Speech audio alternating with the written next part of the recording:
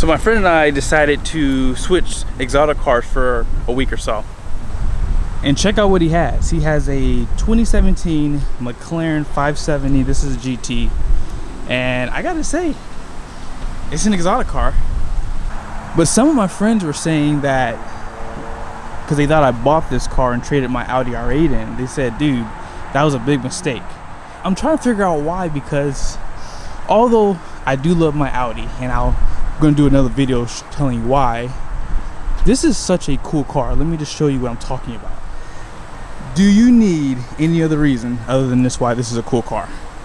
The doors go up. If there's anything about McLaren, every car they make, they do this.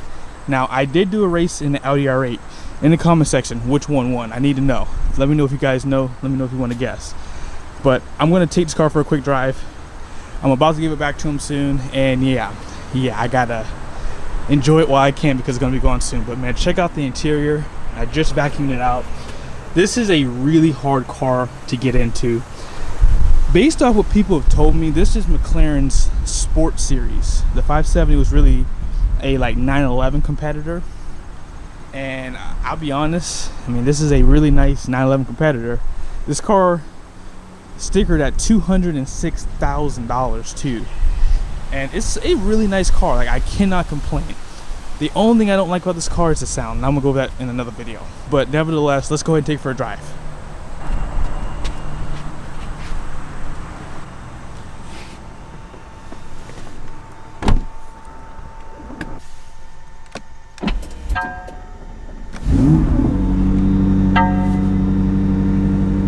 Alright, so the car is cold right now, so I'm gonna let it warm up.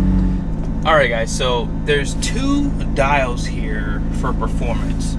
One, it has an H on it, one has a P. H is going to be for handling, P is going to be for powertrain, horsepower, I don't know. But the N stands for like normal, the S stands for sport, and of course the T is going to stand for track.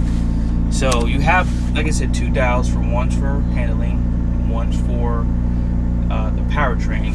And all in all, like, I think it's kind of cool. Like, it looks kind of confusing at first, but like if you want to have the handling in sport and then the powertrain in normal, you can do that. Or if you want to dial them in however you want, if you want everything in track, it's just going to tighten everything up for you to go to the track. If you hit this button here, active, this pretty much brings up the screen to look like this, and then it allows you to shift it manually. So that's pretty much how I drive this car. I mean, look at the pedals down below.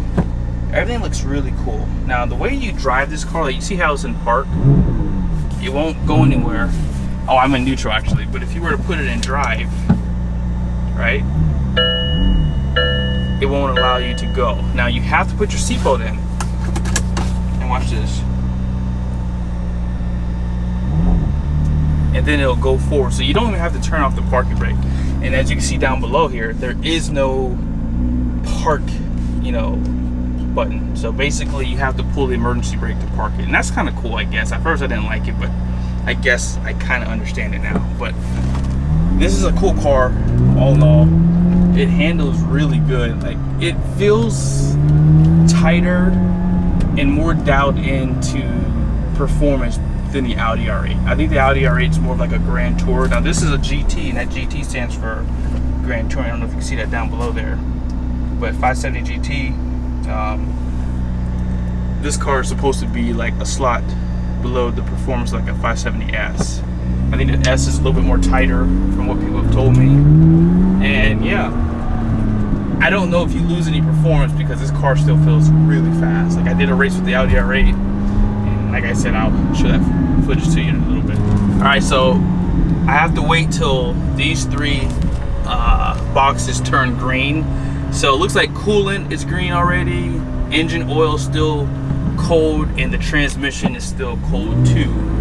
So once those go through, we're going to do some launches, and maybe I'll show you guys a 0 to 60. I didn't want to really use launch control too much. I've used it twice to race the Audi, so I might do it one more time for you, but I don't want to do it anymore because it's not my car. But yeah, this is an amazing car. This car is 23,604 miles. He's had it for, I would say, probably 2 months now, and he hadn't had any issues with it. Car handle is really good. Really good. It almost feels like it's on like rails. That's what it feels like. It's tight, but it's not uncomfortable in a sense to where you feel like you're driving like a really, like a true race car, I guess. All right, so the engine oil has already warmed up. Now we're just waiting on the transmission. Now this just popped up. It shows you the PSIs for the tires, and it shows you the temperature. That's something that I've seen on a lot of these auto cars, so nothing new there really. But one thing that's cool about this car is you can hear the turbos. Watch.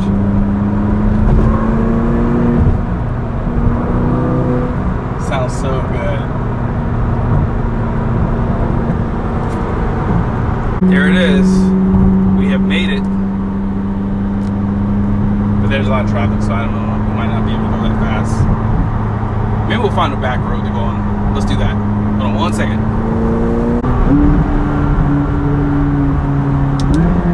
Here we go. We get lunch.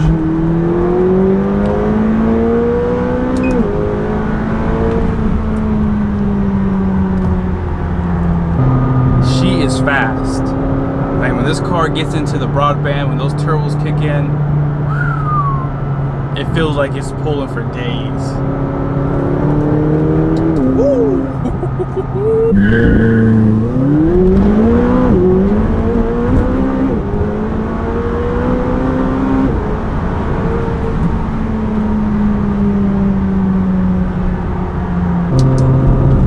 So as you just saw, this car's quick. I mean, these mid-engine cars are just insanity. I mean, they just go. You do not need all-wheel drive. I always thought if you're gonna get an exotic car like this, you have to get all-wheel drive. But McLaren, the Audi rear-wheel drive series, the Lamborghini Evo with rear-wheel drive, they're just great cars. I mean, they go for days. I mean, and the launch is just crazy. If you get stickier tires like this, I don't know why, but this car has 285s in the rear, which does not make any sense. But if you were to get like 305s, or even like if you can get a 315 tire on this car, I mean, this car would just be amazing. Absolutely amazing. But you know what? That was going to pretty much complete this video. Thanks for watching. I'll see you soon.